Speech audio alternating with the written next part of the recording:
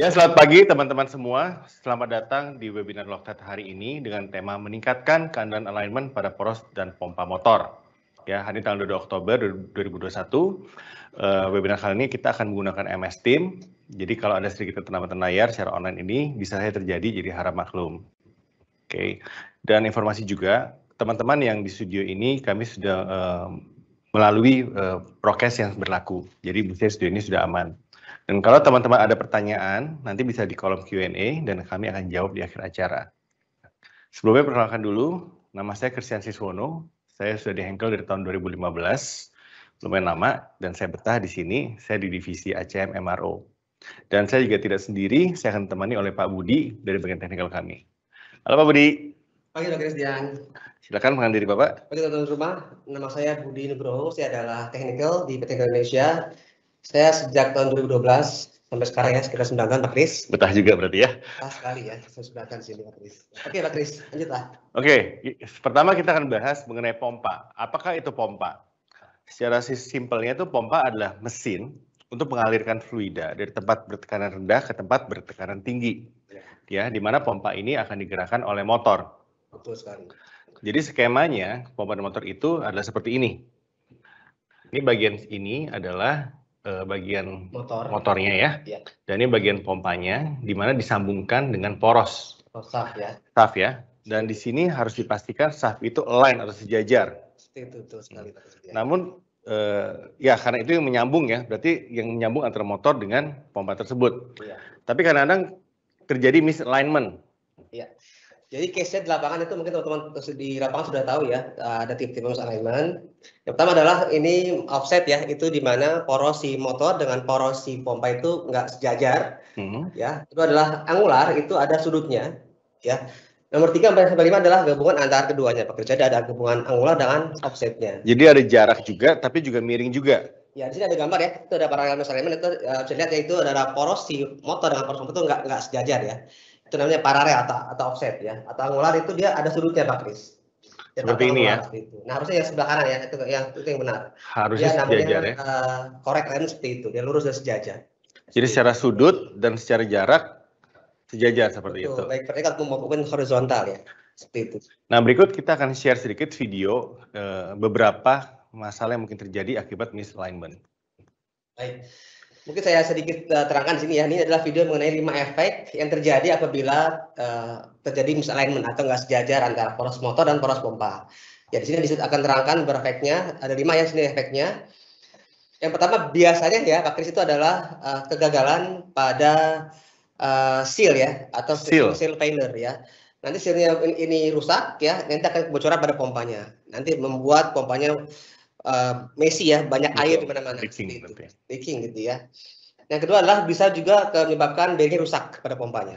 Oke. Seperti itu ya, ini bearing rusak, jadi ngejam pompanya. Mati dong. Iya, nggak bisa jalan, down time mati ya, pastinya kan down time kan seperti itu. Yang ketiga adalah kalau misalnya nanti energi loss, jadi ini hilang efisiensi pompanya, jadi hilang efisiensinya, menurut efisiensinya jadi energi loss.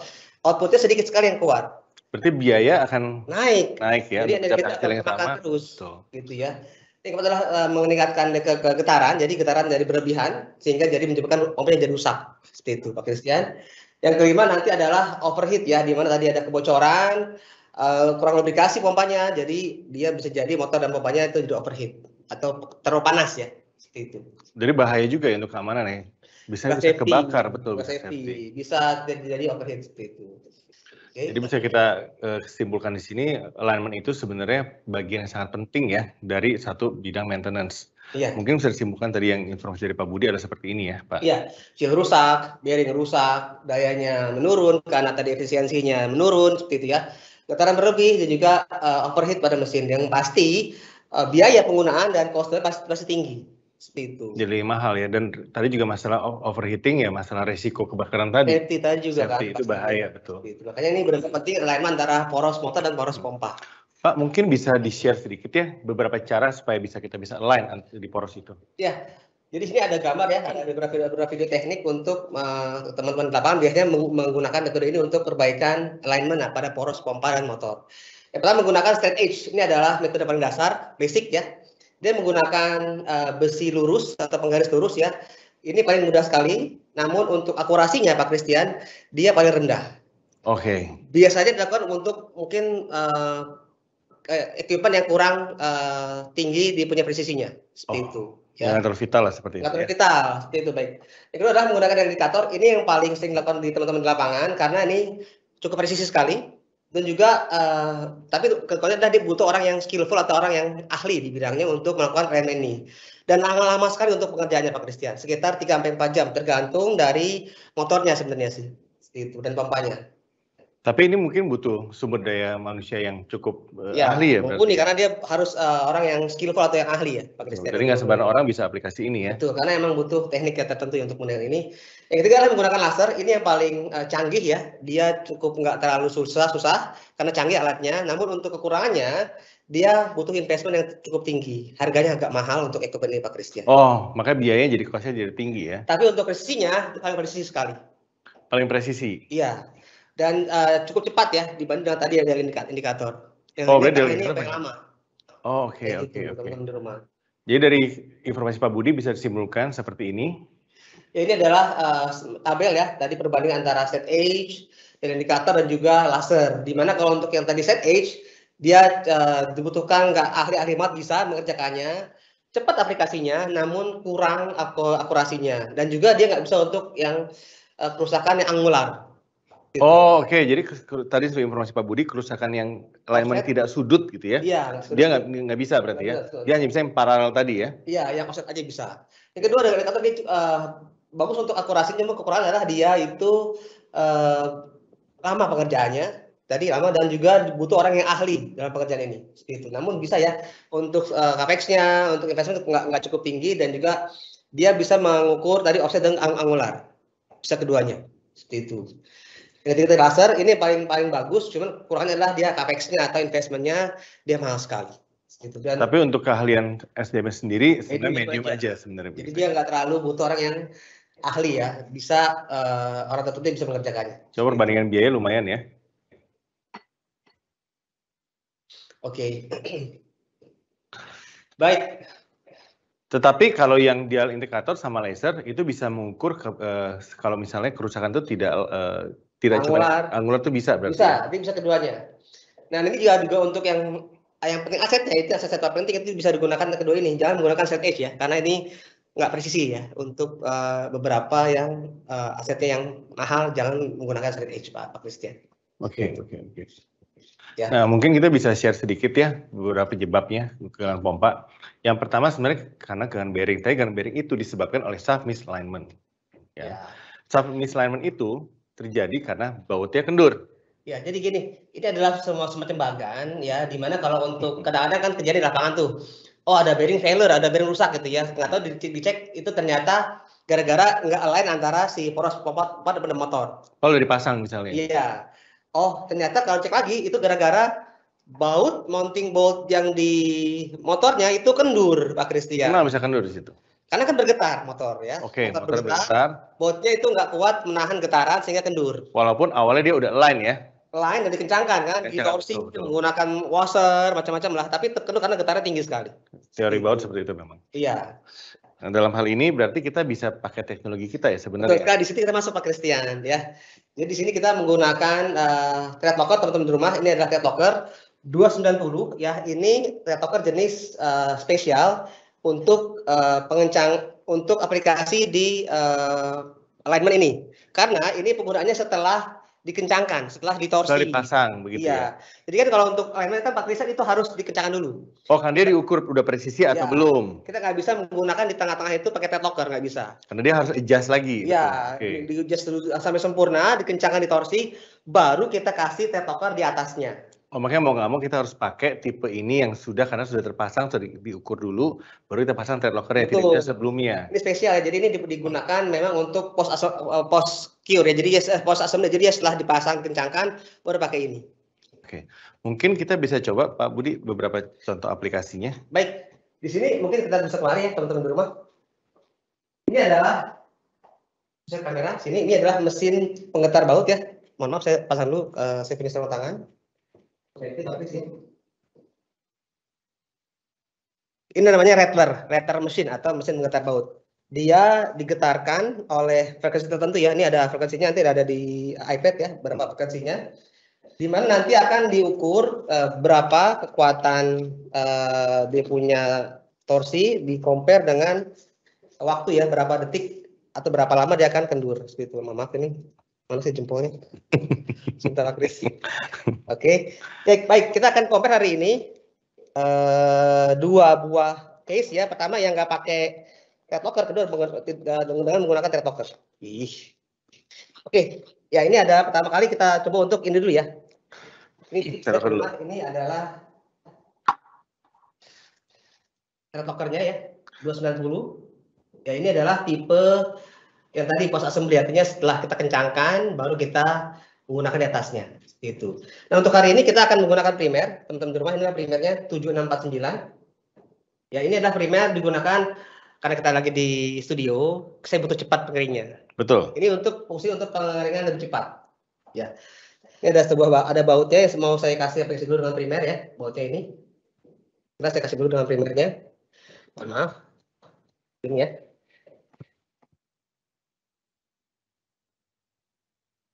Kayak gini, disemprotkan. Sudah, baru kita lap ya biar nggak lebar. Kemudian murnya juga sama, kita kasih primer juga. Ya, murnya juga sama. Oke, kita bersihkan, murnya juga sama, tesnya. Oke, baik, ini sudah kita bersihkan dengan primer dan kita sudah kasih. Tadi ini ya. Kita pasang di sini Pak Kris. Ini adalah jig ya, jignya di sini. Teruskan di sini untuk bautnya. Oke, kita kasih washer, red washer ya, biar nggak kotor. Baru kasih murnya. Lalu kita kencangkan sebesar 10 Nm. Ya. Bentar. Oke, ini sudah ada kunci torsi sini ya, teman-teman di rumah. Oke, ini sudah 0. 0 ya. Oke, kita kencangkan.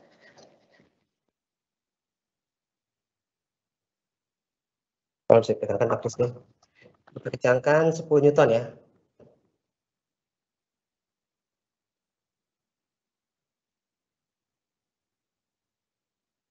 Oke, 10 Newton. Newton, sudah. Baru kita kasih thread locker di atasnya. Jadi setelah, anggaplah ini mounting boltnya si motor, sudah dikencangkan torsi, kita keteskan di atasnya ya. Seperti ini. Kita thread locker. Semua tadi ya, kita buka, kita tutup kayak gini ya. Cukup kayak gini aja. Oke. Ke bawah dikit. Kelihatan ya. Nah, kayak gini. Nanti dia akan masuk dalam si murnya, ulirnya. Seperti ini sudah kita kasih. Oke, taruhin dulu ya. Ini sebenarnya harus didiamkan Pak Kris minimal 10 menit sebenarnya. Oke. Gitu. Nah, sebelum kita mungkin akan tes yang nggak pakai thread locker ya. Ini kita coba rubah dulu untuk yang nggak pakai thread locker. Ya, ini saya taruhin dulu ya. Sebentar.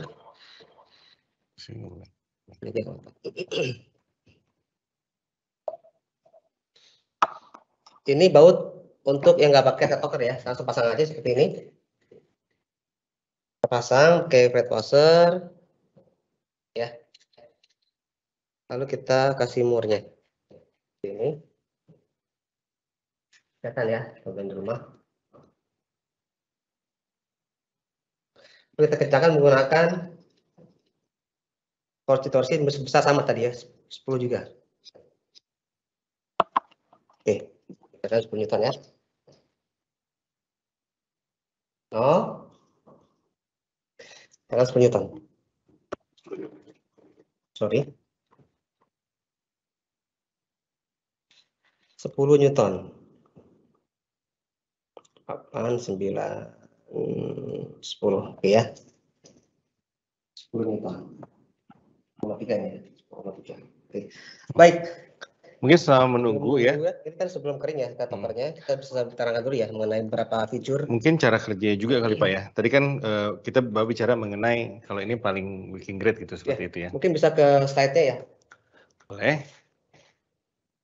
Nah, ini adalah fitur mengenai Octet 290 ya. Pertama adalah dia itu working grade ya. Apa tuh working grade? Itu adalah istilah atau term mengenai kemampuan dia untuk meresap ke dalam yang celah paling kecil. Karena dia encer sekali. Encer, oke. Iya. Nah, ini saya sedikit kasih demo. Di sini ada, mungkin bisa lihat teman-teman di rumah kameranya. Oke. Ini adalah sebuah akrilik ya. Akrilik ini sudah saya kasih baut ya. Nanti kita coba tekan di atas ini. Nanti akan terlihat berapa unit masuk bawah. Gitu. Perlu informasikan masuk dari atas nih berarti ya. Kita tekan sini atasnya, nanti akan ke dalam sekitar 5-6 ulir ya, dari ujung sini ke bawah 5-6 ulir ke bawah. Coba ya kita teteskan bareng-bareng. Oke, sebentar. Oke, sini ya. Oke, teteskan seperti ini. Sedikit aja, gitu ya. Nah, nanti dia akan meresap ya. Tunggu semenit, 2 menit akan meresap ke dalam si ulir ini. Pelan-pelan, nanti kita tunggu dulu sebentar. Sebentar nunggu itu, mungkin Pak, tadi juga ada feature, kita bicara mengenai feature-nya tadi berpendar di bawah sinar UV ya. Iya. Ini maksudnya gimana Pak? Jadi enggak, yang pertama adalah ini Pak Christian, ini warnanya hijau ya, warnanya hijau, terus medium kekuatannya. Medium strength. Medium strength sampai high strength kekuatannya.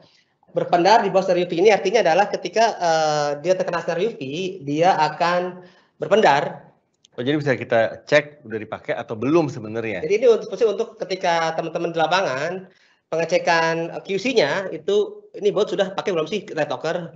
Cukup dengan senter UV dia akan ketahuan, oh ini sudah berpendar, berarti sudah pakai nyala berarti nyala, ada. Nah, mungkin saya kasih dulu demonya ya. Ini adalah sebuah senter UV ya, senter UV. Ini juga senter biasa juga bisa. Ini sudah saya aplikasikan 290 ya di sini di atas bautnya. Kita kasih, ini sinar biasa ya, nggak ada filter sama sekali. Kasih sinar UV, dia akan berpendar seperti ini. Sudah kelihatan ya. Jadi dia berpendar.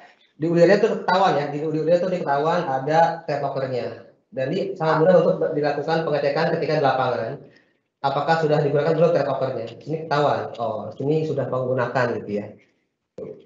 Kalau pakai sinar biasa dia nggak ketahuan ya ini. Sinar ini nggak ketahuan ya. Sama aja kayak baut biasa berarti ya, nggak kelihatan juga ya. Ini oli gitu ya. Udah. Nah, ini kalau pakai UV dia langsung ketahuan seperti ini. Dia bisa berpendar. Jadi mudah untuk pengecekan di lapangan, Pak Christian ya. Sudah pakai atau belum seperti itu ya? Ya, jadi ketahuan ya. Nah, ini kita lagi kembali kemari Pak Christian. Ini sudah. Nah, ini dia. Ya. Ini tadi sudah kita teteskan ya. Dia meresap sampai 4-6 ulir di atasnya. Nah, di sini. Dia sangat encer, jadi dia bisa ngisi, dia masuk ya? Dia masuk ke dalam ulirnya. Jadi sangat encer sekali. Bahkan lebih daripada air. Jadi dia bisa masuk ke dalam celah ulir tadi. Seperti itu. Oke. Berikutnya adalah untuk ke slide-nya. Ya, ini ada sampai ukuran bautnya M20. Jadi karena ini kan encer, untuk mengisi gap si ulir sampai M20 aja, Pak Christian. Oke, jadi ada batasnya juga ya, M6 sampai M20. Betul. Berikutnya, suhunya sangat cukup tinggi, 150 derajat Celcius. Mungkin di motor kan nggak tinggi ya suhunya. Ya? Ini sangat memadai, ini cukup sekali. Cukup sekali. Berikutnya adalah dia bisa untuk sesuatu benda yang berulir lah, seperti pipa juga bisa sebenarnya, atau baut untuk drain plug juga bisa sebenarnya. Seperti itu. Untuk spek sertifikat kita untuk produk ini dia untuk mil spec ya, artinya military spec, digunakan pada kendaraan atau alat berat si militer. Juga untuk NSF kategori ini adalah untuk sertifikat food grade indirect contact seperti itu. Ya. Berikutnya untuk aktivator tadi ya saya tunjukkan di sini. Inilah gambar aktivatornya. 749 itu digunakan ketika teman-teman di lapangan menggunakan baut yang pertama nggak aktif. Seperti baut stainless steel, baut galvanized, baut yang di chrome itu pakai ini ya primer dulu. Karena kenapa? Karena kalau nggak pakai ini dia akan lama keringnya. Oh, ini untuk proses lebih cepat atau untuk proses aktivasi si baut yang nggak aktif menjadi aktif seperti itu. Kemudian untuk mungkin teman-teman di rumah menggunakan baut biasa, baut carbon steel ya. Cuman pengen lebih cepat. Mungkin dia setelah setengah jam atau 1 jam dia pengen langsung diuji tes berapa ribu jam. Bisa bukan ini juga pakai Prima 749 seperti ini. Ya. Pak, kemarin ada masukan juga. Jadi kan kalau Lotet 290 ini dia sangat encer. Iya. Kemarin kita ada permasalahan untuk mengenai retak rambut ya. Ya, jadi teman-teman di rumah bisa menggunakan produk ini. 290 ini kan sangat encer sekali. Ini sering sekali digunakan untuk case-case pengisi celah halus retak rambut. Kayak kemarin baru saja ya pengerjaan retak bocor halus retak rambut pada trafo. Jadi trafonya itu dia bocor oli ya, bocor oli. Jadi pengerjaannya gampang sekali. Kita bersihkan dengan solvent cleaner. Baru measure kita measure tidak ada oli berarti ya? Ya, harus di off dulu berarti trafonya. Terus kita menggunakan ini primer 749. Ya, terus 749 ini primer kita semprotkan, kita wipe, kita bersihkan. Lalu kita kuas dengan menggunakan ini. Ini dituangkan berarti di wadah. Taruh di wadah, supaya kuas. Tunggu sebentar, sekitar setengah jam, bisa running lagi. Kemarin setengah jam langsung running, nggak ada masalah sampai sekarang. Berarti kalau misalnya di trafo bisa, mungkin bisa juga di rumah pompa misalnya, ya, di tangki. Betul. Jadi case teman-teman di lapangan mungkin ada case ketemu kasusnya rumah keongnya itu pompa retak rambut atau impellernya retak rambut. Ya, atau ada case juga mungkin bekas las-lasan. Iya, mungkin bekas ngelas tangki, ngelas apa yang dia ada semacam pori-porinya, porositasnya. Bisa menggunakan ini untuk mengisi celahnya. Jadi ada case kemarin juga customer kita di Cilegon ya. Itu juga dia bekas lasan, pakai ini bisa. Jadi disemprotkan dengan primer dulu, baru menggunakan ini untuk mengisi dia punya pori-porinya, seperti itu. Ya sebenarnya daya gunanya bisa banyak bisa berguna gitu ya. Bisa untuk selain juga tadi untuk mounting bolt chassis motor, bisa juga untuk mengisi celah yang retak rambut pada berbagai equipment ya, seperti itu. Ini kita akan coba dulu untuk testing, ya. Ini sudah agak lama tadi ada 5 menit, jadi kita coba untuk tes dulu untuk yang pertama kali untuk baut yang nggak pakai catoker ya. Betul. Ini tadi sudah katakan 10 Newton, kita hubungkan ke iPad Pak.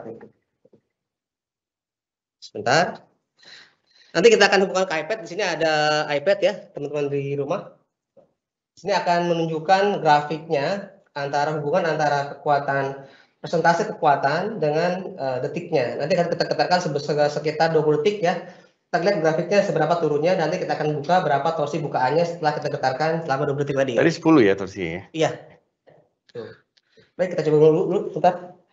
Kita coba getarkan 1, 2, 3.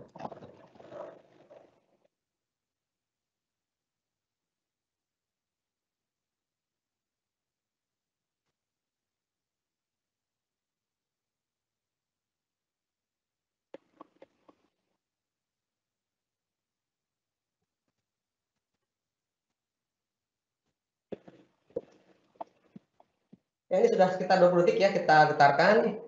Grafiknya akan lihat ke sini ya, ini grafik turun sekali. Sekarang kita akan coba berapa torsi bukanya. Betul. Sebentar, kita bareng-bareng buka. Nah, dulu ya, biar dia bisa dibuka berapa torsinya. Ya, ini ada torsi ya. Bisa di zoom kemari. Oke, ini sudah 0 ya. Teman-teman sudah 0. Ini sudah untuk membuka ya. Ini maaf. Ini sudah membuka ya. Oke, kita buka ya bareng-bareng. Berapa bukanya? 0 Pak Christian, ini sama sekali nggak bisa, nggak ada sama sekali. Nggak tahan sampai benar-benar 0. Jadi dia setelah data 20 detik dia 0. Turun drastis jadi 0 ya. Jadi bisa buka dengan tangan. Tuh. Kendor sekali dia. Ya. Baik, tadi sudah kita getarkan 20 detik, hasilnya 0 ya. Betul. Drastis sekali. Kan kita coba untuk yang tadi pakai thread locker ya. Di sini ada sudah kita pasang tadi thread locker di sini. Sebentar. Baru kita pasang alatnya. Maaf ya, teknis tadi ya. Set dulu ya. Off type ya. Ini kita coba getarkan ya teman-teman di rumah. Teknis maaf nggak bisa masuk. Oke, kan kita getarkan Pak Kris. Kita mulai.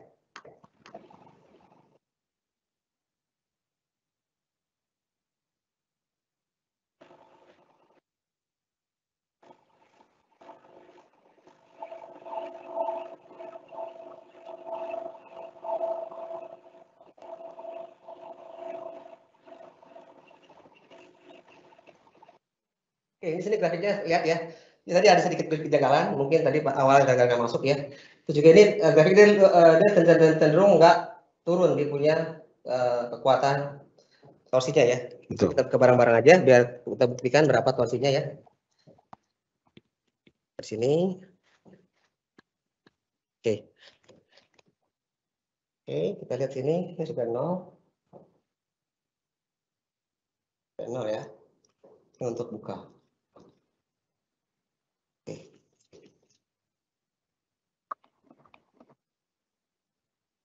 Torsinya itu, mohon maaf, keras sekali. Oke. 23. Ya, 23 teman-teman di rumah. Kelihatan nggak angkanya? Maaf, angkanya nggak kelihatan. Oke. 23,5 ya, kita ketara ya. Tuh. Jadi dia sangat-sangat bisa untuk membuat si baut nggak kendur. Karena getaran motornya kencang pun dia bisa menahan. Paling tadi Dari 0. udah 0, dari sama-sama 10 tadi awalnya ya. Iya, seperti itu. Terbukti ya teman-teman di rumah menggunakan 290 setelah diaplikasikan tadi 10 Newton, kita teskan di atasnya, dia masuk ke dalam ulirnya, membuat dia menahan. Seperti itu. Cuma 2 kali lipat ya. Iya, lebih ya. Lebih. Baik. Mungkin kita bisa balik ke main stage. Oke, sesi berikutnya.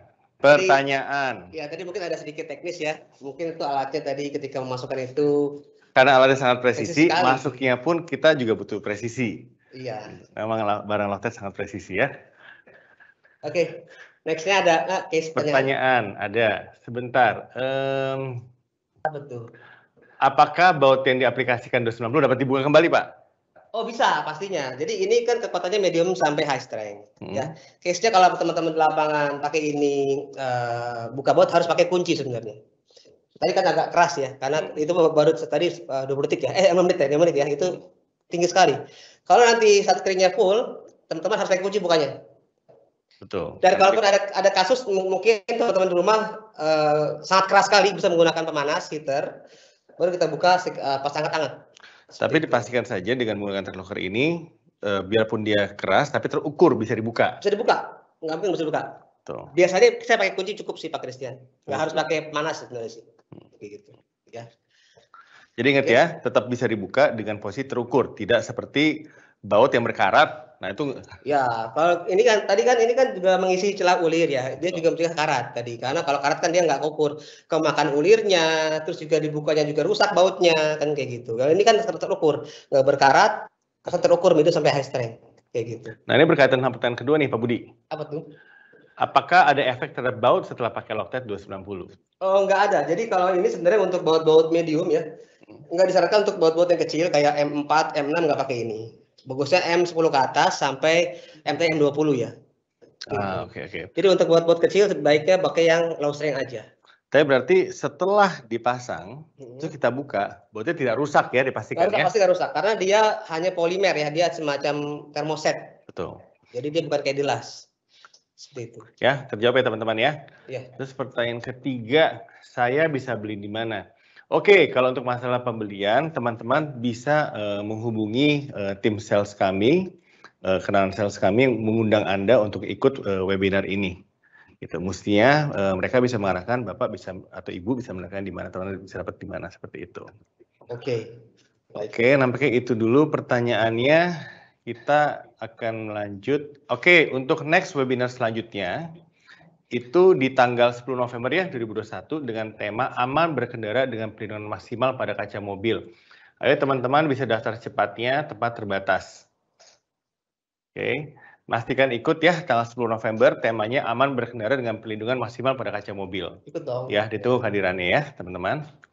Untuk nextnya juga jangan lupa untuk follow kita di Instagram, Facebook, dan YouTube, dan juga email. Jadi di Lochtet.Indonesia, Lochtet ID, dan Lochtet Indonesia.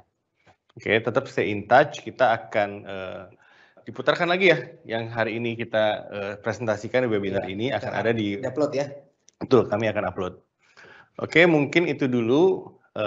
Sebelumnya kalau ada salah kata-kata atau salah tindakan, kami berdua mohon maaf. Terima kasih sebesarnya. Selamat siang, saya Christian Siswono. Saya Budi Nugroho. Kami undur diri. Terima kasih.